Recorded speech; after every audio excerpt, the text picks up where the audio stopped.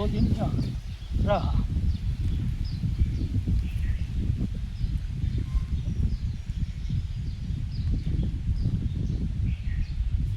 ऐसा लगा जैसे अपनों के पास है।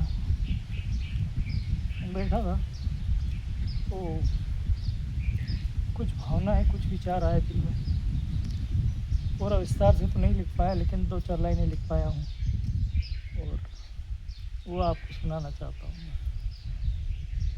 वैसे ये स्थान जैसे पुराने समय में हम लोगों ने सुना था, ऋषि मुनियाँ जंगल में जाके तप करते थे, उसी तरह से मेरा मानना है डेवलप किया आपने कुछ उसी स्थिति को प्राप्त करने के लिए। उस टाइम पर जो ऋषि मुनि थे उनकी तो ताकत थी कि वो महीनों भी नहीं खाएं और अपनी तपस्या करते रहें, लेकिन आपने वो सब कुछ उपलब्ध कराया जो एक आम आदमी के लिए ज़रूरी है।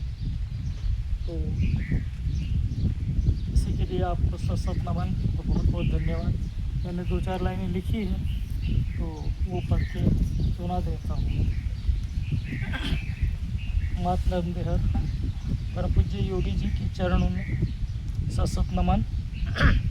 आपके चरणों की इस धूलि में और आपके अथक प्रयासों से बनाई गई इस अपनों की कुटिया में 2 रात रहने का सौभाग्य प्राप्त हुआ। इसके लिए मैं आपको हृदय से धन्यवाद देना चाहता हूँ। आप एक ऐसे योगी हैं जिनकी इस धरती पर बहुत ज़रूरत है, क्योंकि मैंने यहाँ देखा है कि आप जो भी कहते हैं उसमें बहुत ही गहराई छुपी होती है। लोग दूर दूर से यूं ही नहीं आते यहाँ आपकी शरण में, आपके चरणों में, आपके सानिध्य में। लोगों का केवल कल्याण है, क्योंकि आपको किसी से कुछ भी नहीं चाहिए। आपकी ये वाणी ईमानदार मुक्ति है, बेईमानी बंधन है। ये वाक्य मुक्त अवस्था प्राप्त करने के लिए बहुत ही उपयुक्त वाक्य है। यदि ईश्वर की कृपा और आपका आशीर्वाद रहा तो पुनः इस स्थान पर लंबे समय के लिए आना होगा। अपनी बेटी के विवाह की जिम्मेदारी है, आपके आशीर्वाद से ये जिम्मेदारी पूरी हो जाए। बहन जी पर आपका बहुत आशीर्वाद है, इसलिए यहाँ की व्यवस्था बहुत अच्छे से संभालने के साथ साथ एक ऊंची आध्यात्मिक स्थिति की ओर अग्रसर है। इन्हें भी मेरी तरफ से प्रणाम। परमात्मा तू ही है, तेरी इच्छा पूरी।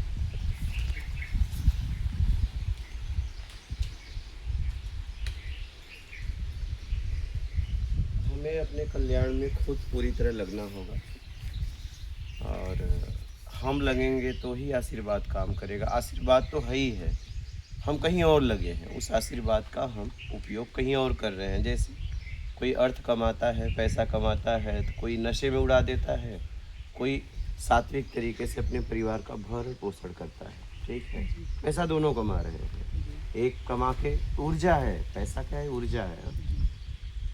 इस ब्रह्मांड में पूरा ऊर्जा ही ऊर्जा है। आपको, हर व्यक्ति को अपनी क्षमता अनुसार ऊर्जा मिली है।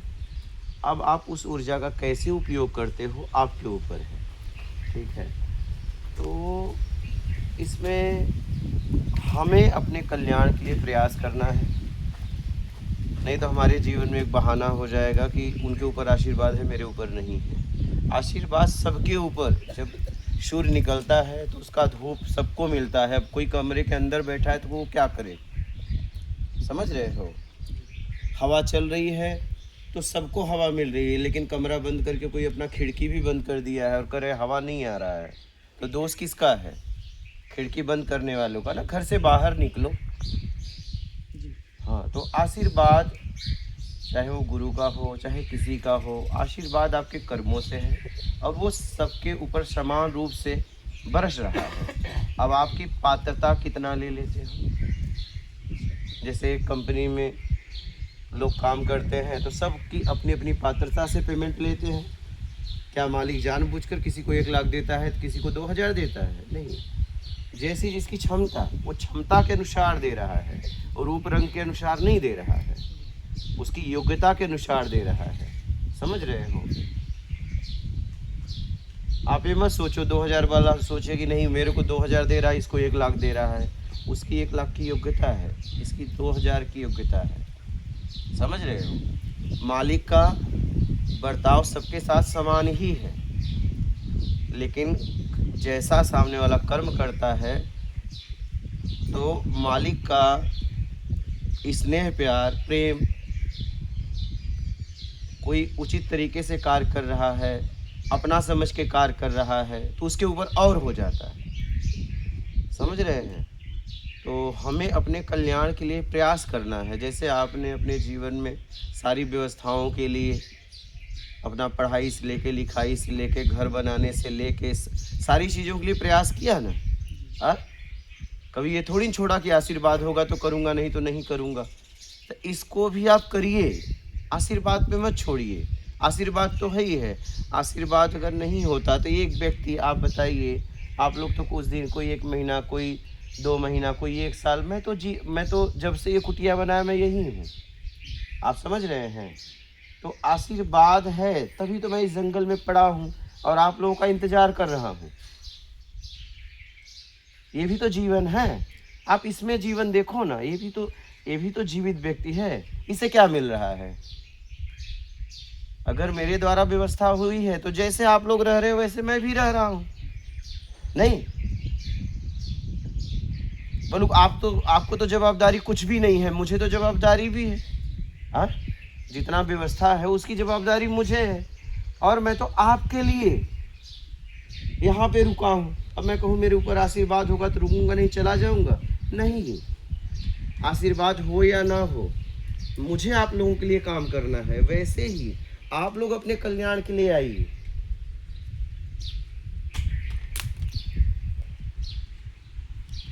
अगर आप देखा जाए तो हम भी तो छोड़ कर ही आए हैं।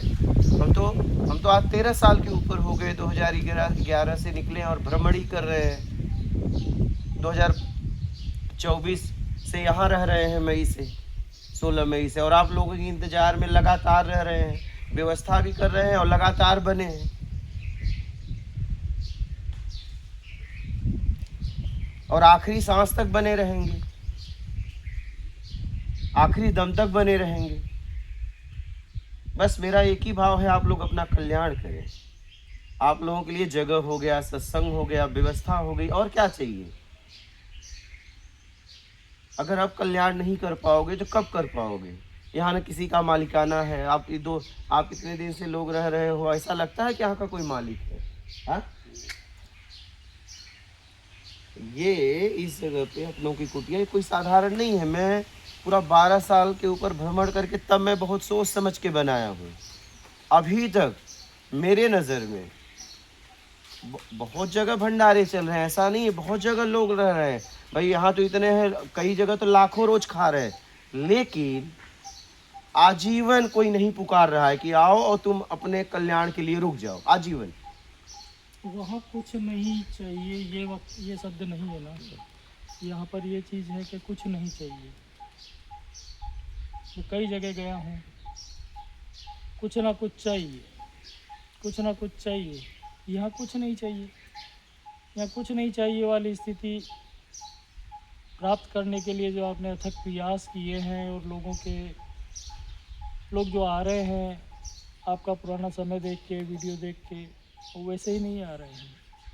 क्योंकि आत्मा सत्य बोलती है तो आत्मा सत्य एक्सेप्ट भी करती है, और जो वीडियो देखा उसने सत्य एक्सेप्ट किया, तब वो यहाँ पहुँचे हैं, हम यहाँ पहुँचे हैं। तो यही है कि लोगों का कल्याण है आपके चरणों में। आपने जो शुरुआत की है, पॉजिटिव रिजल्ट आएंगे ऐसा लगता है। नहीं आएगा। बिल्कुल। देखिए, मैं कर्म कर रहा हूँ ना, मुझे पता है, मैं पूर्णतः यहाँ बैठा हूँ। क्या जब मैं अधूरेपन में था ना, तो लोग मुझे कहते थे आपको ज्ञान हो गया। मैंने कहा मुझे पता है नहीं हुआ। आप समझ रहे हैं? मुझे तो 2010 से ही लोग गुरु बनाना चालू कर दिए थे, मेरे घर से ही शुरुआत हो गई थी। लेकिन मैंने कहा नहीं, मैं उस लायक ही नहीं हूँ। जब मैं लायक बन जाऊंगा तो मैं काम करूंगा। मुझे तो पहले ही लोग बोलते थे, लेकिन नहीं, मुझे पता था मैं लायक नहीं हूँ, क्योंकि हर आदमी को अपनी औकात का पता है। तो मैं पूर्णता लेके बैठा हूँ, और आप लोग अपना कल्याण करो। मैं बहुत सोच समझ के ऐसी कुटिया का निर्माण किया हूँ। अगर होता तो मैं नहीं करता। क्या? अगर ज्ञान भी अगर कोई देने वाला होता ना मेरे नज़र में, तो मैं इसकी खोज नहीं करता, मैं और कुछ खोज करता। फिर मैंने देखा समाज को जरूरत क्या है। स्थान है ऐसा नहीं, मैंने कहा ना लाखों रोज खा रहे हैं, लेकिन खा के चले जाओ क्या, लेकिन तुम घर पे भी तो खाते हो। खाने के साथ आत्मिक कल्याण के लिए भी तो मार्ग चाहिए, और एक ऐसी व्यवस्था चाहिए जहां मैं स्वतंत्रता से जी सकूं, मेरे ऊपर किसी का अधिकार ना हो, क्योंकि फिर गुलामी रह जाएगी ना। तो यहाँ मैंने ऐसा नियम, ऐसा सिस्टम बैठा दिया है कि यहाँ सब एक समान है, चाहे कोई भी आए यहाँ पे चाहे आप एक दिन के लिए आओ, चाहे कोई 1 साल से है, सबके लिए एक समान व्यवस्था है, सबके लिए। तो आप लोग इसका लाभ लो, आप लोग इसका लाभ लो। आशीर्वाद है तभी तो बना, आशीर्वाद है तभी तो आए।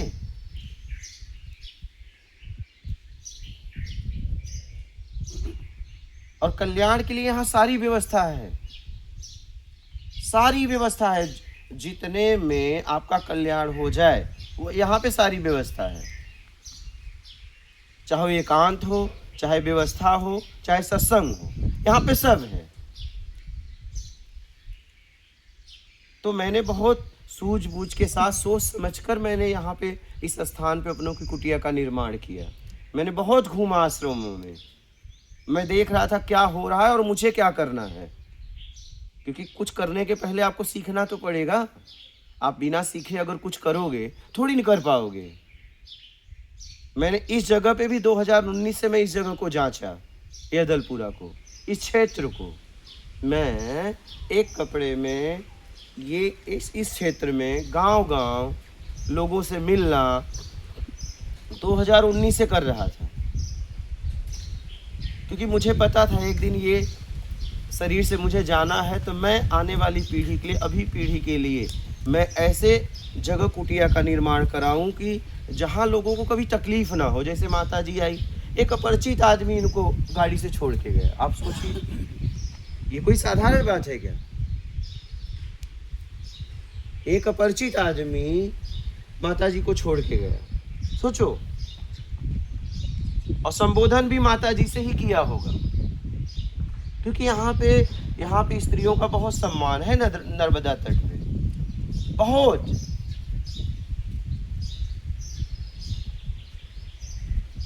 ये क्षेत्र, यहाँ का वातावरण, ये यहाँ की ऊर्जा आध्यात्म के लिए तो मैं बहुत सोच समझ के बनाया हूँ। तो आप लोग इसका लाभ लो, इसलिए कि किसी की जिंदगी लगी है और वो आपके लिए काम कर रहा है। आप जरा मानवता से देखो। आप क्या है ना, आप एक तरफ मत देखो अपना, आप जिसके पास आए हो जरा उसका भी जीवन चरित्र खोल लो, यार किस तरीके से इसने निर्माण किया और इसे क्या चाहिए। एक बार टटोलो कि मैं बोल रहा हूँ, मैं 1 साल से आया, 2 साल से आया, मैं 2 महीने से आया। अगर मैं किसी को ये कह रहा हूँ तो जी, अगर तुम्हारे लिए कोई बैठा है वो किसको बोले, वो किसको बोले। और तुम तो बस आए हो, तो तुम्हारे लिए सारी व्यवस्था लेकर कह रहा है तुम रुको और अपना कल्याण करो, और क्या चाहिए। अगर नहीं हो रहा है तो उसमें जिम्मेदार तुम हो। या तो उसको बताओ ये कमी है, या तो आप कमी बताओ। एक व्यक्ति आपके लिए खड़ा है जंगल में और सारी व्यवस्था लेके बैठा है। मेरे समझ से जितनी व्यवस्था जीवन जीने के लिए चाहिए इतनी तो यहाँ है, ऐसी कोई कमी नहीं है। और क्या चाहिए। आप देखिए खुला है लेकिन कितना एकांत है।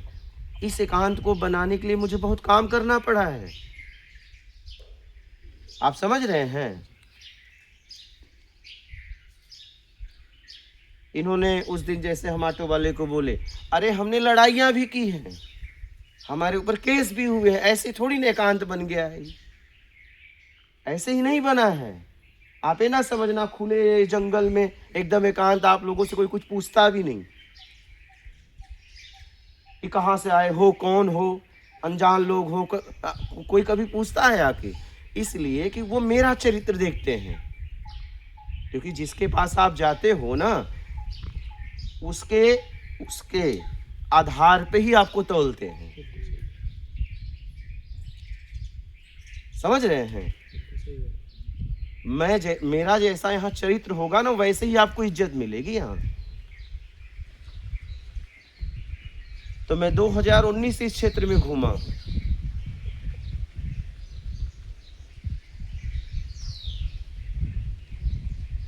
और मेरे पास मेरा चरित्र ही है, ईमानदारी और सत्कर्म, बस मेरे पास कुछ नहीं है। मेरा जीवन इसी में लगा है। तो आप लोग इसका लाभ लो। आप देखो ना, कहीं गेट नहीं, खुले आसमान के नीचे कितना एकांत है। कोई आपको आके कभी पूछता है कोई? क्योंकि आप जिसके पास आए हो ना, उसका चरित्र देखता है। और जिसके पास आप जाते हो, जैसा उसका चरित्र है वैसे ही आपको सम्मान मिलेगा। तो मेरा ये कहना है कि आप लोग इसका लाभ लो। पिता के चरित्र का लाभ बच्चों को मिलता है। मैं वही कह रहा हूँ। अगर उसका चरित्र गंदा होगा ना, तो फिर आप सज्जन भी होगे तो आपको दुर्जन दृष्टिकोण से लोग देखेंगे। समझ रहे हो? लेकिन अगर उसका चरित्रवान है वो, तो फिर आप अगर गड़बड़ भी हो तो भी आपको लोग सम्मान देंगे।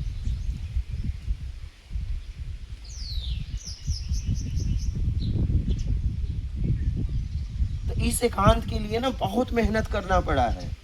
बहुत रातें मैंने ऐसे गुजारी है ठंड के महीने में। ऐसे कभी टाइल्स पर मंदिर में सो जाता था, कभी मंदिर के बाहर समाधियां हैं वहां सो जाता था, ऐसे पागल की तरफ पड़ा रहता था। क्योंकि मैं जांच रहा था, क्योंकि मुझे समाज के लिए काम करना है। तो मेरा भाव था आने वालों को कभी कोई तकलीफ ना हो, मैं रहूं और चाहे ना रहूं। क्योंकि ये जगह रहे और ये जगह पे अपनों की कुटिया रहेगी और लोग आएंगे, तो मैं रहूं या ना रहूं, उन्हें तकलीफ नहीं होना चाहिए। चाहे वो पुरुष हो चाहे स्त्री हो। जैसे देखो ना, माता जी को कैसे छोड़ दिया। माता जी को थोड़ी रिक्वेस्ट करना पड़ा। हाँ, हमने बोला था कि हम ऑटो से चले जाएंगे। उन्होंने बोला नहीं, वो दूर है थोड़ा, हम आपको अपने आप छोड़ के आएंगे। तो उनकी बातों से मुझे लगा कि हाँ, ये विश्वास के लायक लोग हैं, तो हम आ गए उनके साथ। वो जिस भंडारे की बात कर रहे हैं, मैं वो घटना आपको बता रहा हूँ। बोला ना, जिस भंडारे में मैं गया था उसकी घटना बता रहा हूँ। ठिकरी पास में भंडारा था, तो एक महाराज जी जा रहे थे, यहीं पास में रहते हैं। तो मैं रास्ते में मैं तो ऐसे घूमता रहता था, तो रोड पे ऐसे खड़ा था, एक दुकान पे बैठा था। फिर उनको देखा, खड़ा हो गया, तो बोले चलो भंडारा में चलोगे? तो बोला मेरी तो इच्छा नहीं है आपकी जैसे, क्योंकि मैं भंडारे में जाता नहीं था। तो बोले चलो। मैं बैठ गया उनकी गाड़ी में। अब मेरे फटे हुए कपड़े, चिथड़े कपड़े। हाँ महाराज कपड़े नहीं बदलते। हाँ, अब चिथड़े कपड़े, अब मुझे लोग देख रहे हैं। अब वो उनकी चेली थी, महाराज जी थे, उनका पाँव छुए तो महाराज जी बोले इनका भी छू लो। तो मेरा जबरदस्ती लोग छूते थे। क्या मेरा, और मैं फील कर पाता था, मैं उस चीज़ को फील कर पाता था कि उन्हें मजबूरी में छूना पड़ता था। ठीक है, तो उन्होंने फिर हम बैठे, सबको भोजन कराए। बहुत बड़े बड़े महाराज आए थे, लाइन में मैं भी बैठा था। तो लोग उनका छुए, मेरे तक आने में हट जाए, या तो अगर वो बोले तो छू दे। तो भोजन किए। इसके बाद उन्होंने दक्षिणा वगैरह देना चाहा, तो मैंने कहा देखो हम तो नहीं लेते, हमें ज़रूरत भी नहीं, हम एक कपड़े पे रहने वाले, दक्षिणा क्या करेंगे। यही बोला था कि वो कपड़े नहीं बदलते हैं, हाँ, एक ही कपड़े में रहते हैं। हाँ, वो कपड़े उपड़े देने लगे हमको, हम क्या करेंगे लेके। तो फिर बोला, सब बोले चला जाए। तो लोगों ने कहा कि चलो जरा रसोई घर देख लो जहाँ भोजन बन रहा है। तो अब महाराज एकदम बढ़िया बढ़िया कपड़ा पहन के, सब एकदम बढ़िया बढ़िया, सब चीज़ सुन के पीछे पीछे भाई। अब हमें तो पीछे पीछे, हम उनको चले। हम एक लड़के को बोले यार एक अपना चैनल है जरा खोल लेते। पहले मैं ही सब्सक्राइब करवाता था। हम कहा यार एक चैनल है खोल लेते। हम कहे चलो एक खुलवा दें यहाँ। तो फिर मैं गया। अब सब महाराज जी के अगोज के, मैं जरा सा एकांत में, मैं किसी को छूता उता नहीं जल्दी। तो मैं एकांत में ऐसे खड़ा था, और एकांत में ऐसे खड़ा था तो पता नहीं फिर मुंह से आवाज़ आने लगी सेवा के बारे में। अब मैं आपको बताऊं, पासा पलटते देर नहीं लगती। अब क्या हुआ, भीड़ इधर आ गई। क्या भीड़ इधर आ गई, और मेरे आंखों से अश्रुधारा, मौला सेवा कर रहे हैं तो सेवा को पहले समझ ले, आवरण देख के सेवा मत कर, जरूरतमंद की सेवा कर। और वहाँ सत्संग चलने लगा, ऐसे ही चलने लगा और पूरा भीड़ हो गई। अब वो लोग जाने लगे तो उनको छोड़े कौन, क्योंकि भीड़ तो इधर आ गई। अब कोई बोला कि यार जाओ लोगों को छोड़ तो दो। अब वो मुझे एक तरफ हंसी भी आने लगी, एक तरफ आंसू भी गिर रहे हैं, एक तरफ हंसी आने लगी कि पासा पलटते देर नहीं लगी। फिर मैं सत्संग किया, वो महाराज लोग गए, बोला इंतजार कर रहे होंगे, चलो। मेरे पीछे पीछे सब चल दिए और फिर चल दिए तो वहाँ पे कई महाराज थे, बोले हमें भी सेवा का अवसर दे, हमारे भी आश्रम में पधारे। हाँ, तो वो महाराज से पूछे ये कौन है, बोले थे अवधूत हैं, फक्कड़ हैं, ये कहाँ रहते हैं, इनका कोई अता पता नहीं है। तो उन्होंने कहा कि मेरे भी आश्रम में कभी चरण रखो मौला, देखा जाएगा, जब कभी मौका मिलेगा तो देखेंगे। फिर वो जितने लोग थे बोले महाराज मुझसे कोई गलती हो तो क्षमा करना। बोला क्या गलती, आवरण देख के सेवा मत किया करो, जरूरतमंद की सेवा करो। तो मैंने ये देखा सब माफ़ी मांगने लगे मुझसे, क्योंकि उन्होंने पहले मेरे साथ भेदभाव किया ना, मेरे साथ उन्होंने भेदभाव किया। तो मैंने ये देखा कि पासा पलटते देर नहीं लगती, आप क्या हो ना पता चल जाएगा, आवरण की कोई ज़रूरत नहीं है। तो उस भंडारे की बात कर रहे थे वो लोग, उस भंडारे में मैं गया था।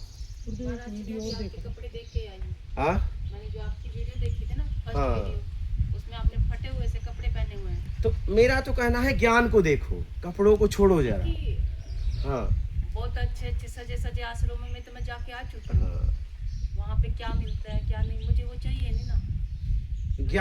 ज्ञान को देखना चाहिए, हमें कपड़ों को देखना ही नहीं चाहिए, क्योंकि हमारा ज्ञान से कल्याण होगा, कपड़े से नहीं। चाहे वो फटा कपड़ा पहना हो, चाहे वो अच्छा कपड़ा पहना हो, मुझे दोनों से मतलब न रख के उसके मुखार बिंदु से मेरा अगर कल्याण की बात निकल रही है तो वो मेरे लिए ठीक है। वो कैसा कपड़ा पहनता है, कैसे रहता है, उससे मुझे क्या मतलब, उसका जीवन वो जाने, मैं जिसके लिए आया हूँ वो मुझे मिल जाए, बात खत्म। तो ये भंडारे की बात थी। तो ऐसे भी इस क्षेत्र में आप कहीं भी चले जाओगे ना, तो कोई जलाधारी बोलता है, कोई एक फटे कपड़े वाला, तो वो जैसे ही आपको ये पता होगी वो यहाँ तक छोड़ देगा, क्योंकि मैंने ऐसा जिया है। आप कुछ बोल रहे थे? हम यही बोलना चाह रहे थे कि आवरण देख के जो बात कर रहे थे वो तो आज चल रहा है। यदि एक भाई के पास कुछ नहीं है और उसकी हैसियत नहीं है किसी भी प्रोग्राम को अटेंड करने के लिए अच्छे कपड़े पहनने की, तो उसका रिगार्ड भी नहीं रहता आज के समय में, ऐसा देखा है। और दूसरा आपका जो वीडियो देखा था वो इसी तरह का एक वीडियो था, उसमें लास्ट में आपने कुछ बोला था, वो मेरे को एकदम दिमाग में नहीं आ रहा। उसी सत्संग में बोला था कि अभी यहीं अटके हुए हो क्या, कुछ वर्ड था, मुझे वर्ड। हाँ, मैं वेदांत सम्मेलन में गया था, यस। तो बता देते हैं घटना। और यही बाबा लेके गए थे, जी इनका गुरु आश्रम था इंदौर में, तो लेके गए। तो शंकराचार्य वगैरह भी आए थे। अब एकदम फटा चिथड़ा कपड़ा, वो आगे आगे, मैं पीछे पीछे जाके स्टेज पे बैठ गया। अब लोग मुझे देख रहे हैं, लेकिन उनका गुरु आश्रम तो भूले कौन। फिर इसके बाद हुआ कि एक काम करो, चलो सन्यासी लोग पहले भोजन करेंगे, गृहस्थी बाद में करेंगे। तो बोले चलो भोजन करो, हम चल दिए। गेट पे बात मैंने रोक लिया, बोला कहाँ जा रहे हो? कहे यार भोजन करने। तो वो बाबा बोले अरे आने दो, फक्कड़ बाबा हैं, सन्यासी हैं। गया, तब से एक साधु था, बोला साधु ही बनना है तो ढंग से कपड़े पहन लेते। बोला तेरे को साधु के बारे में अगर ज़्यादा बात करनी है तो मेरे से बाहर मिल, तुझे बताता हूँ साधु का मतलब क्या होता है, यहाँ आराम से भोजन कर ले। अब वो मेरे बगल में बैठा, मैं इधर, महाराज जी इधर। कोई भी आए भंडारे में पैसा दे तो मैं आदमी था ना, नहीं ऐसे। तो ये सब देख के गया कि यार ये तो पतन पे ढंग से कपड़े नहीं हैं और पैसा भी नहीं ले रहा है, और बगल में जितने अच्छे वाले कपड़े वाले हैं वो पकड़ पकड़ के खुश हैं पैसा। ठीक है, तो वहाँ का कोठारी आया, उसने मुझे देखा और अपने गुरु भाई को देखा तो शक पका गया। मेरे को ऐसे नोट निकाला, मैंने कहा ऐसे किया तो मेरे ऊपर गुस्सा किस देखने लगा। थोड़ा सा आगे गया,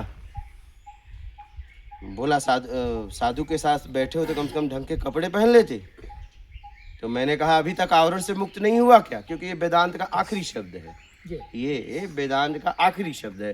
वहाँ वेदांत सम्मेलन था, तो हमने कहा अभी तक आवरण से नहीं मुक्त हुआ क्या?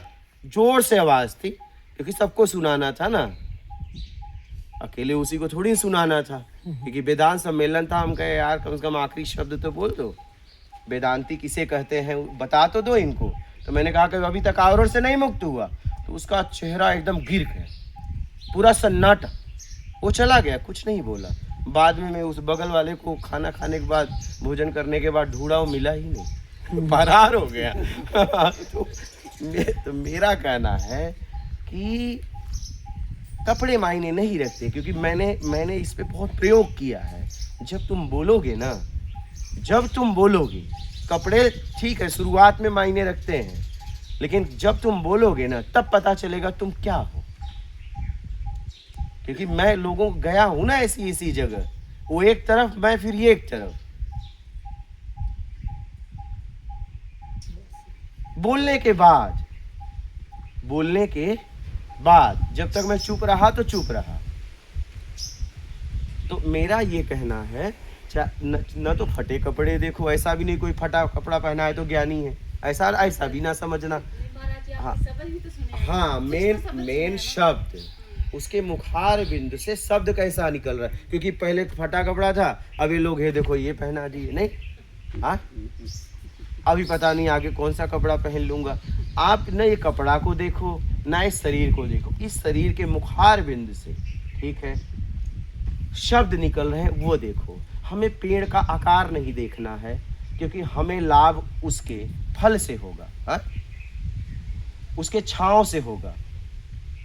तो हमें क्या मतलब उसका रूप कैसा है, रंग कैसा है, वो कौन सा आवरण पहना है, क्योंकि उसके मुखार बिंदु से ज्ञान निकल रहे हैं, उससे मेरा कल्याण होगा। तो मुझे ये देखना है और मुझे अपना कल्याण करना है। मुखारबिंद से निकले शब्दों में भी वजन होता है गुरुदेव, बहुत वजन होता है। एकदम ऊर्जा होती है ना, ऊर्जा होती है। अगर खुद का चेक है, खुद का साइन है, बैलेंस है, तो उसमें ऊर्जा है। लेकिन दूसरे के चेक पे साइन करके दे दोगे तो थोड़ी ना उसमें ऊर्जा है। ऐसा ऊर्जा तो दिखेगा, लेकिन जैसे ही डालोगे, क्या जैसे ही उसे डालोगे वैसे ही बाउंस हो जाएगा, तो पता तो चल जाएगा।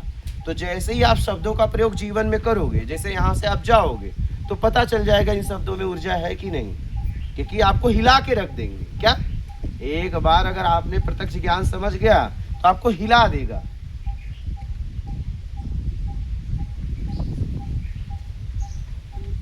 ताकत महान है, इसकी अभी तुलना नहीं कर रहे हम, लेकिन पांडुरंग शास्त्री ने भी एक पैसा किसका लिया नहीं।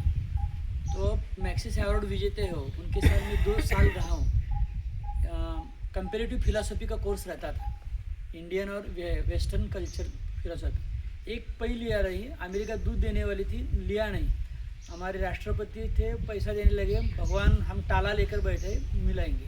तो उनके बाद हम अगर आप में देखते हैं तो हम उतनी ताकत की आत्मा आप ही मिल गए।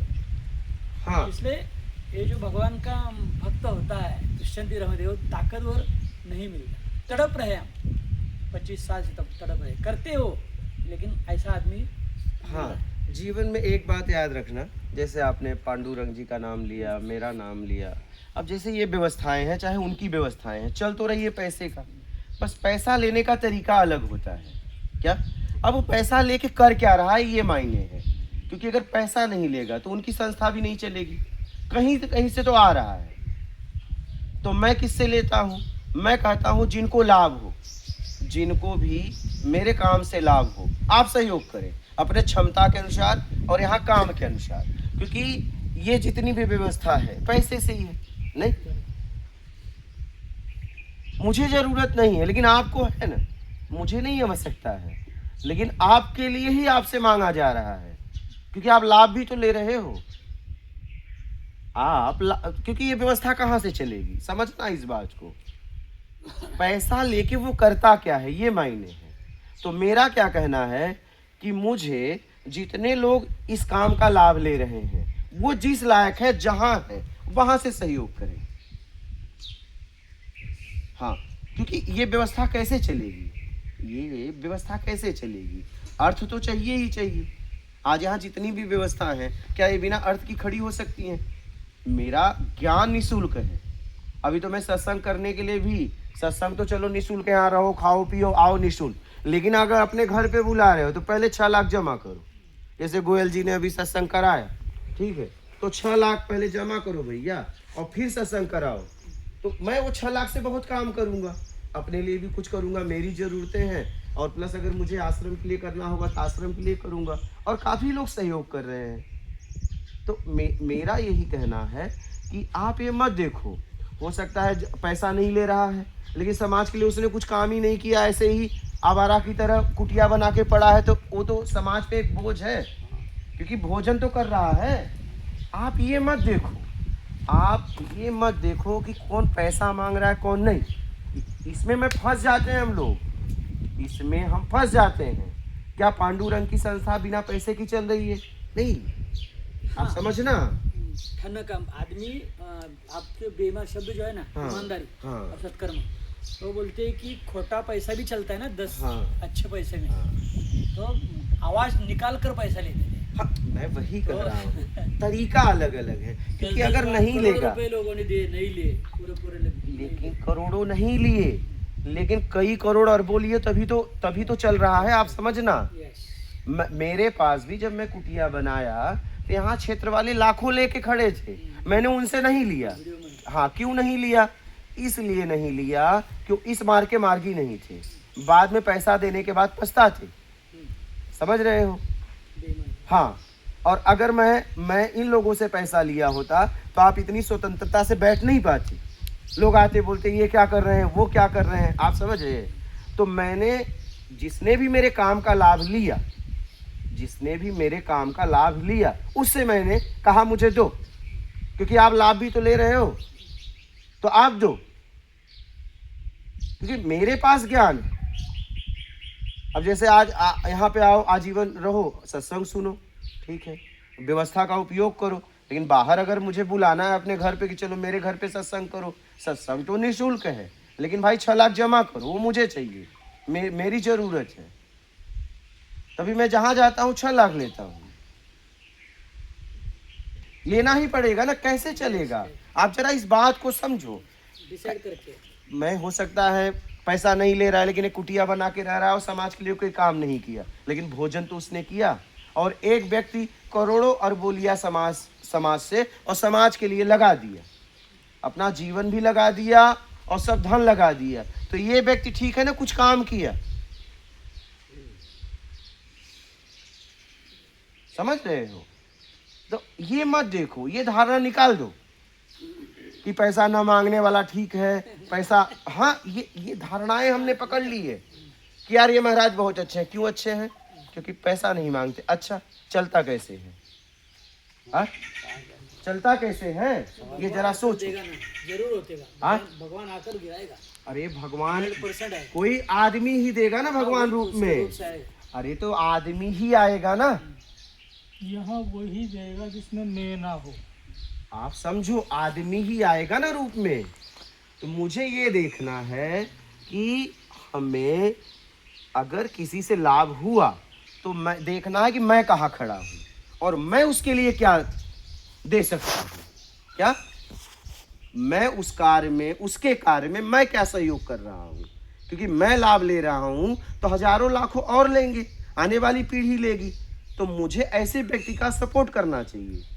उसके पास तो ज्ञान है, आपके पास तो आपने अपने जीवन में धन तो कमाया ही है, तो उसका धन से सहयोग करो, उसका धन से सहयोग करो। क्योंकि आप अगर ये शरीर छोड़ने के बाद किसी रूप में आए ना, तो घर वाले तो स्वीकार पक्का नहीं करेंगे, लिख के ले लो, नहीं करेंगे, लेकिन ये कुटिया स्वीकार कर लेगा, ये कुटिया स्वीकार कर लेगा। वो स्वीकार नहीं करेंगे, आपको करेंगे। शरीर छोड़ने के बाद अगर अगला शरीर लेके आए और कहे ये सब मेरा घर है, क्या आपको लग रहा है वो गेट के अंदर एंट्री मारने देंगे?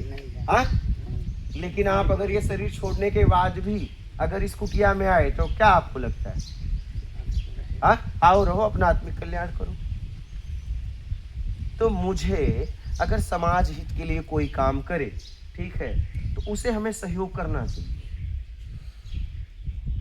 दुर्भाग्य की बात है, परंपरावादी हैं, कोई सांप्रदायिक काम करता, उनको कोई कमी नहीं होती, लेकिन स्वामी विवेकानंद जैसे लोगों को बाहर गए ज्ञान देने, उनके पास भोजन का पैसा नहीं। सोचिए, दुर्भाग्य है, दुर्भाग्य है।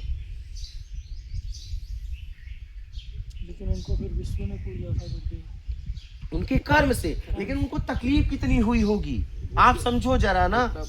आप उनको रहने के लिए रूम नहीं था, वो किराए पे रूम नहीं ले सकते थे। आप सोचो ना, उनकी पीड़ा तो देखो। आप ठीक है, आप जाने के बाद पूज रहे हो, लेकिन जब तक वो थे मैंने उनके साथ क्या किया, उनका भी तो शरीर था।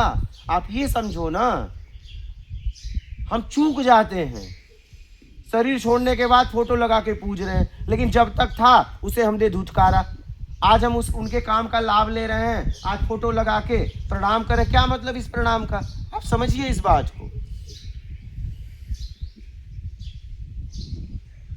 तो अब हमें क्या करना है कि मैं जहां से हूं, जिस लायक में हूं, ठीक है, अगर समाज हित के लिए कोई भी कार्य कर रहा है, आपको लगे और आपने उसका लाभ लिया, तो जरूर आपकी क्षमता अनुसार, वहां के कार्य के अनुसार उसे सहयोग करें, तभी तो वो आगे बढ़ेगा।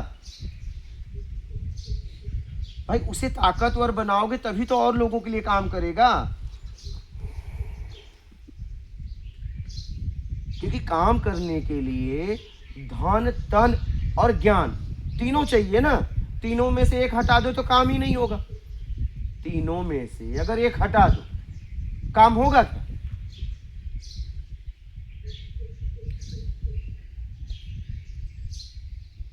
मुझे धन कब नहीं चाहिए? जब मैं ये सब नहीं करता तो मैं कहीं भी पड़ा रहता, अवधूत की तरह कहीं भी ऐसे आनंद में पड़ा रहता, कोई आके दे देता, खा लेता। नहीं, जानवर भी भूखा थोड़ी नहीं रहते हैं, नहीं ना। तो अवधूत की स्थिति तो ऐसी हो जाती है।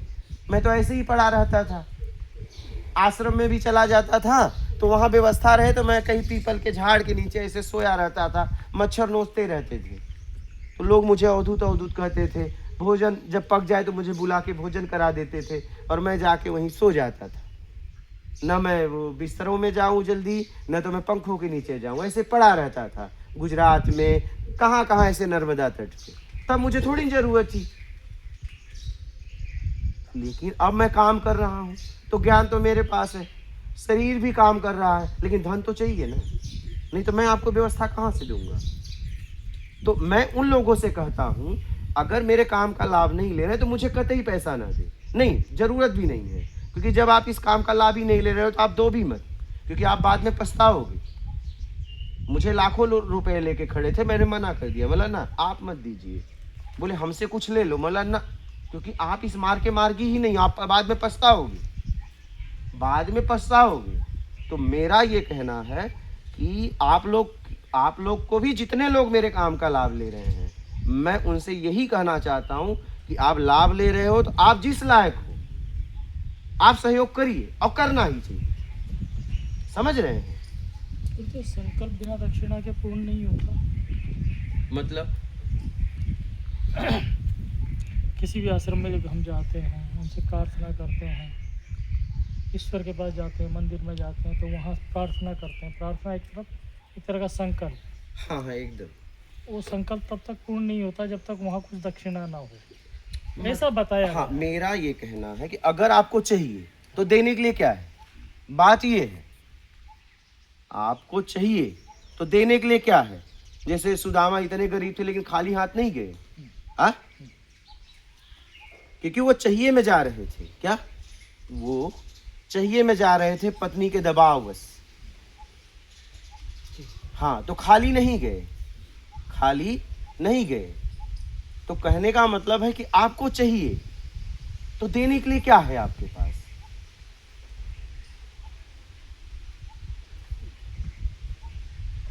और मैं जिस काम के लिए गया हूं वो होना चाहिए। मुझे ये सब देखना ही है, ना कपड़ा देखो, ना तो पैसा लेता है कि नहीं लेता, वो पैदल घूम रहा है कि गाड़ी में घूम रहा है, मुझे इससे लेना देना नहीं है।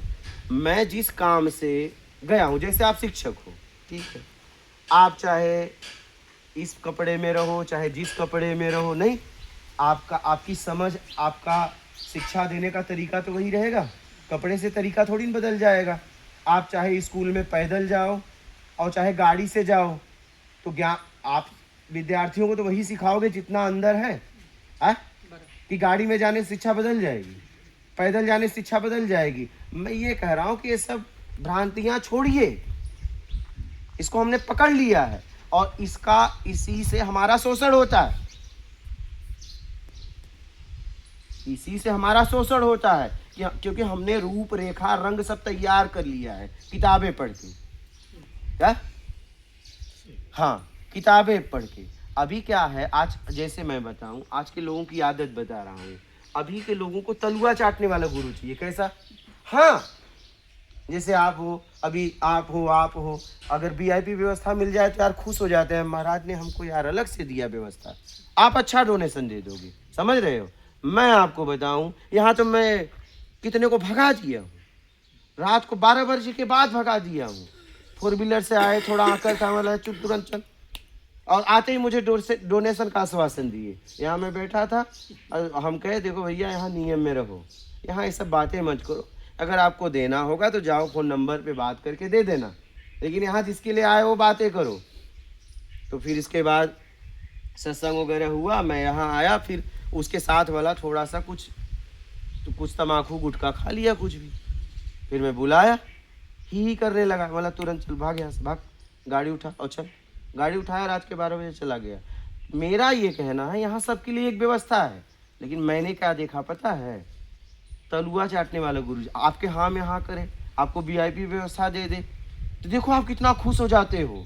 आपको अलग से कुछ दे कि नहीं, आप आइए आपके कपड़े देख के फर्स्ट क्लास। यहाँ तो कुछ ऐसा नहीं है, यहाँ तो भैया चटाई मिलेगी, कंबल मिलेगी, और सबको लिए एक व्यवस्था है, चाहे तुम किस रैंक के हो। यहाँ रैंक खत्म, रैंक आपका कहाँ है? जहाँ आप काम करते हो, जहाँ आप काम करते हो वहाँ आप काम करो, वहाँ आपका पद अलग है, लोग आपको अलग तरीके से इज्जत देंगे। लेकिन यहाँ तो सब एक ही के लिए आए हैं ना, अपने आत्मिक कल्याण के लिए, तो यहाँ तो सब एक जैसे हैं, कोई भी हो। यहाँ तो लाल बत्ती वाले भी आए थे, तो ये उसका ड्राइवर बैठने में संकोच कर रहा था, तो इन्होंने बैठाया उसको, याद है आपको? वो ड्राइवर, हाँ, तो वो बैठ नहीं रहा था, बोले बैठो। अरे यहाँ क्या मालिक क्या नौकर? हाँ, यहाँ क्या मालिक क्या नौकर भाई, यहाँ तो सबके लिए एक व्यवस्था है, आध्यात्मिक जगह है।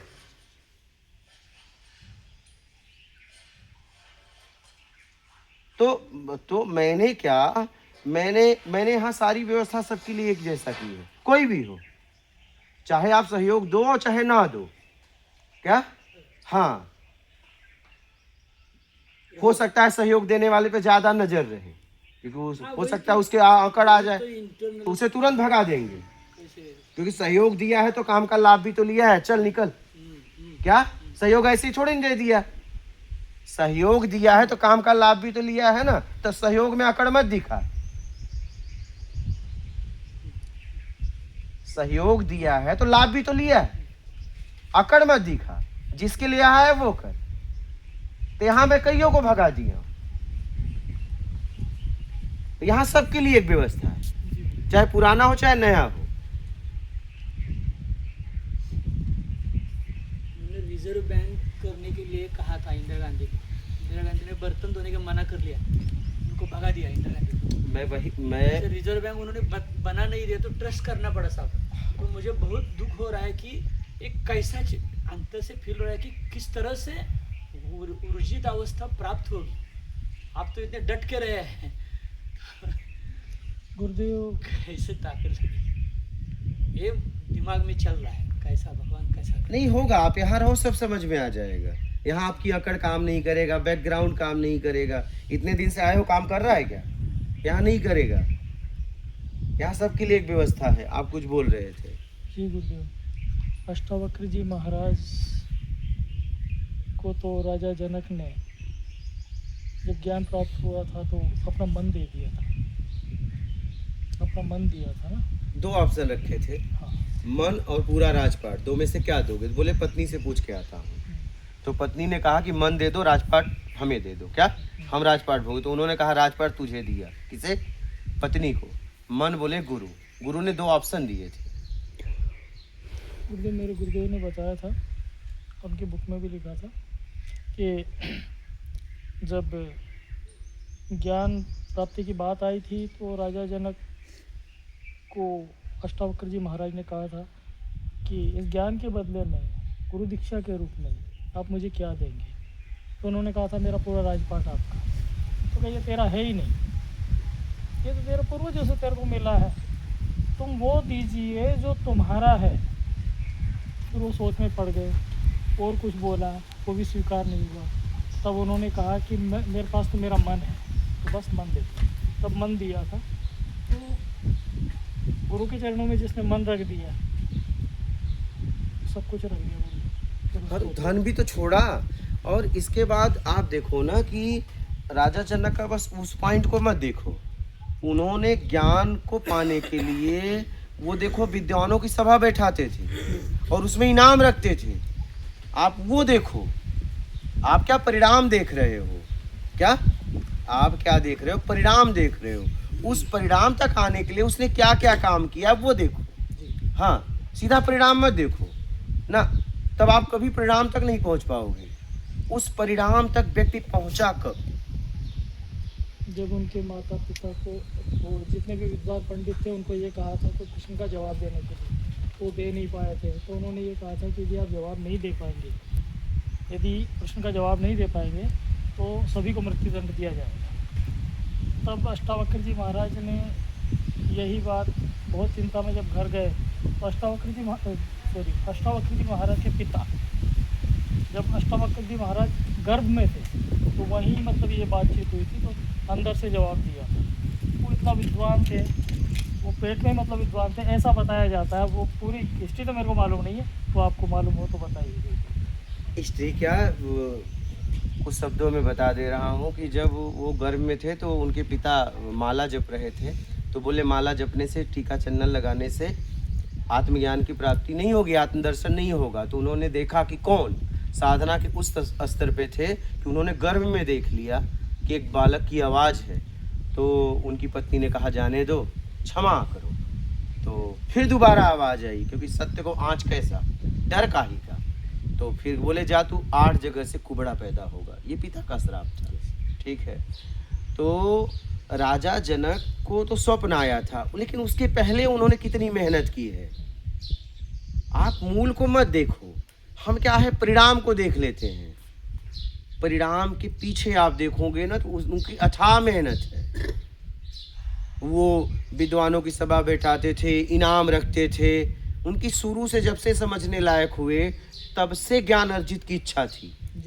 वो तो परिणाम अष्टावक्र बाद में मिले। फिर अष्टावक्र के पिता चले गए कैद खाने में, बहुत सारी घटनाएं हैं।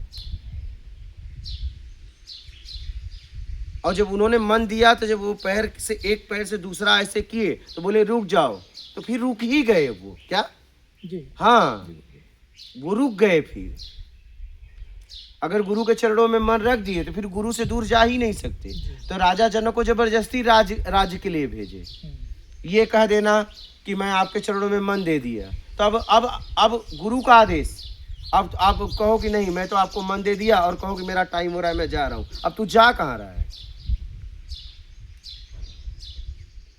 तो आप वहां खड़े हो कि मन तो गुरुजी आपको दिया, धन तो दूंगा नहीं। हाँ, समझना इस बात को, क्योंकि धन तो बच्चों को दूंगा, पीढ़ियों को। आप समझना मैं कहाँ खड़ा हूँ, हम लोग कहाँ खड़े हैं। धन तो मैं घर को दे दिया, मन आपको देता हूँ, लेकिन कुछ काम है जा रहा हूँ। तो मन का कहाँ दिया तूने? अगर मन दे दिया तो बिना आदेश का आप हिल नहीं सकता। तू बिना आदेश का तू करवट भी नहीं बदल सकता। समझ रहे हो? गुरु का आदेश फिर आखिरी आदेश, जिसको आपने मन को सौंप दिया। मन देना इतना आसान नहीं है कि चलो गुरुजी मन तो आपको दिया लेकिन ट्रेन का टाइम हो रहा है। क्यों? ट्रेन कहाँ से आ गई?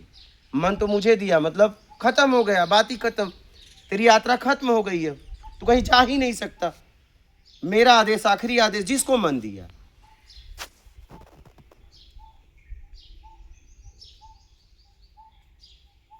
आप समझ पा रहे हैं ना? हाँ, समझ पा ये कहानियों को हम ऊपर से समझते हैं, कि चलो गुरु को मन दे के मैं जा रहा हूँ। जा कहाँ रहा है अब जा कहाँ रहा है? अब तू जाने वाला कहाँ रहा? अब तू कहाँ जाएगा? अब तो बात ही खत्म हो गई, तू कहाँ है अब? क्योंकि मन चाहिए में काम करता है जरूरत में। अब तो मन दे ही दिया, अब तेरी जरूरत ही क्या, अब खत्म हो गया।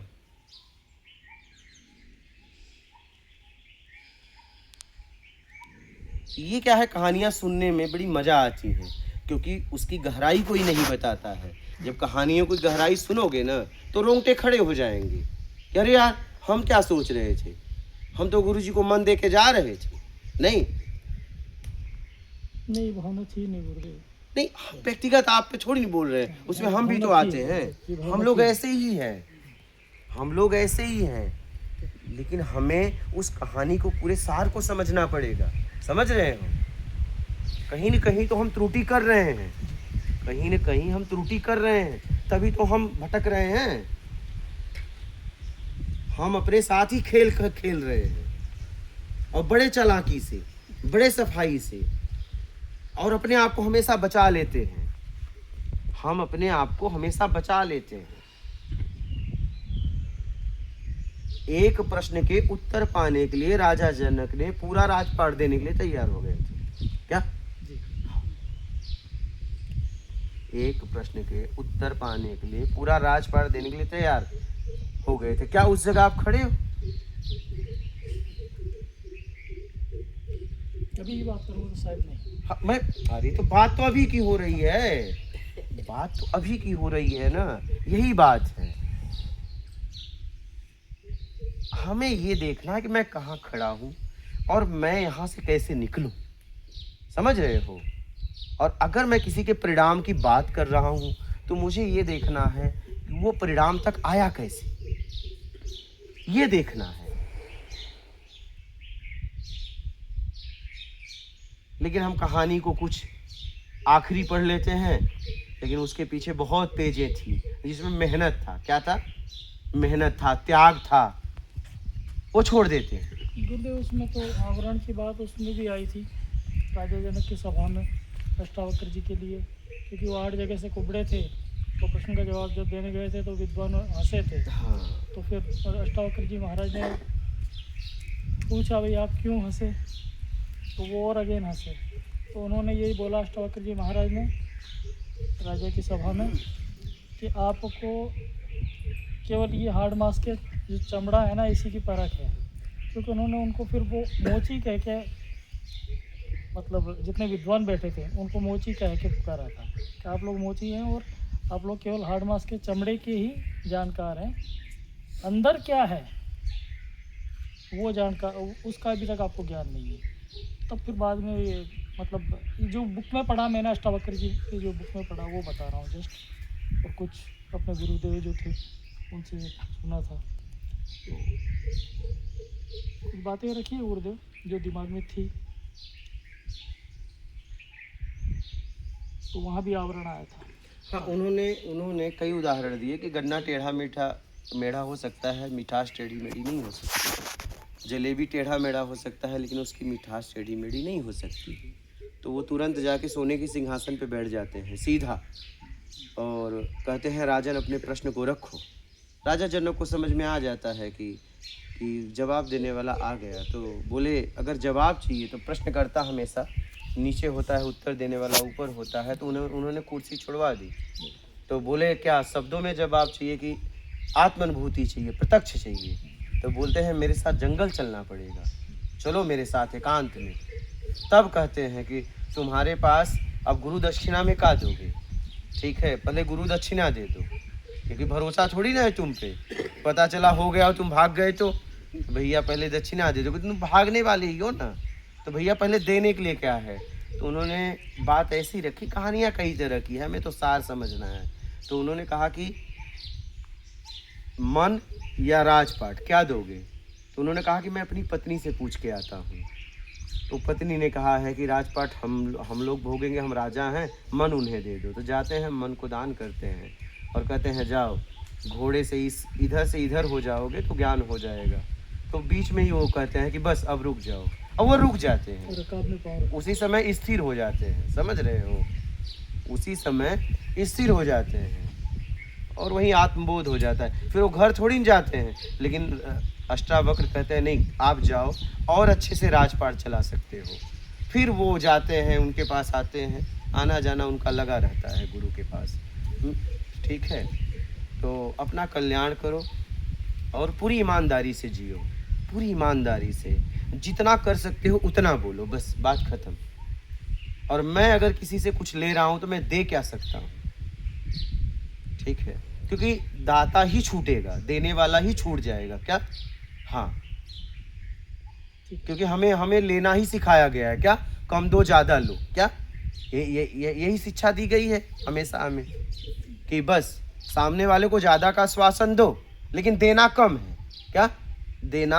हम हर जगह यही करते हैं, सामने वाले को ज्यादा का आश्वासन दो तभी तो वो देगा, लेकिन माइंड में एक और बात फिट है, कम देना है, जितना वो देगा उससे कम ही देना है। तो हमें ये छोड़ना पड़ेगा, मुझे ईमानदारी से जीवन जीना पड़ेगा और तभी मेरा आत्म कल्याण होगा। ईमानदारी, सत्कर्म और सत्संग सुनते रहो, गुरु के सानिध्य में जीते रहो और उसी के द्वारा ही आपका कल्याण होगा। निमित्त वही बनेगा, गुरु, और गुरु शब्द है। ठीक है, ठीक है, आप आराम से निकलो, अपना कल्याण करो। और कुछ कहना चाहते हो तो कह दो और नहीं निकल लो। ठीक है, संडे को है क्वेश्चन कल, तो ये भी टाइम से पहुंच गया हाँ हाँ, तो कोई दिमाग में आएगा तो मैं क्वेश्चन करूँगा। आज्ञा चाहता हूँ। ठीक है, आराम से जाओ, अपना ख्याल रखो और अपना कल्याण करो मेन। ठीक है, जिस उद्देश्य से जन्म हुआ है अब कल्याण कर लो। हाँ, ठीक है, आराम से निकलो।